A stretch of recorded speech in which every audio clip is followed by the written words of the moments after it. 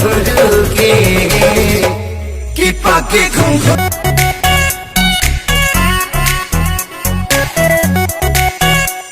एगो बात कही जब सचेलू मर करी नियन जा रहलू के तना के नजर में गड़ेलो जब हाई हील पे चललो।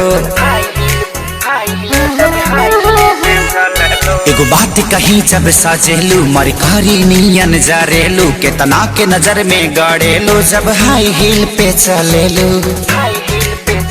सुनो से कोनो निगाह ना तो भरे पड़िया पूरा होई ना बात जमन सोचता है तू कि पाके घुंघरू बांधे मेरा नाची थी।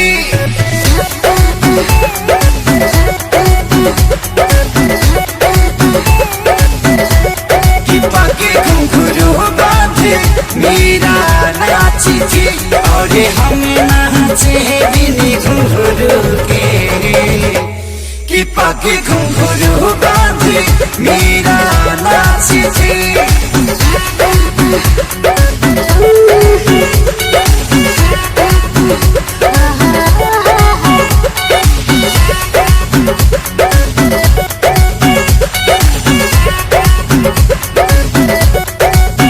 मेरे खर्चे ना तुझसे चलेंगे ना मेरे नखरे को तू झेल पाएगा।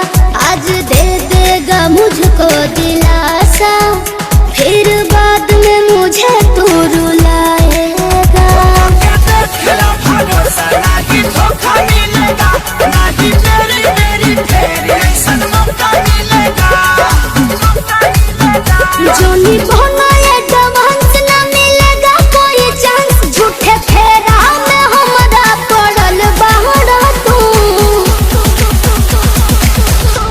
कि पाके घुंघरू बांधे मेरा नाच थी।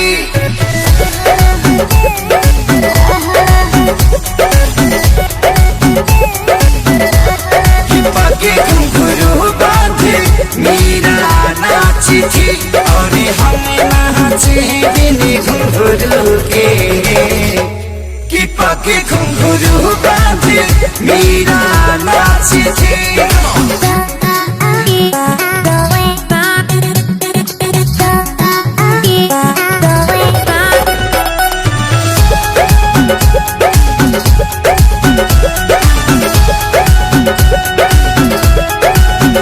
ढेर देखे तेरे जैसे आशिक आशिकी कितनों को रुलाई है। हीर रांझा हो या लैला मजनू प्यार में जान अपनी गंवाई है। सारी होई हमारा के कुछ हो ना था जाने सही बूता हो नहीं कोई दुआला।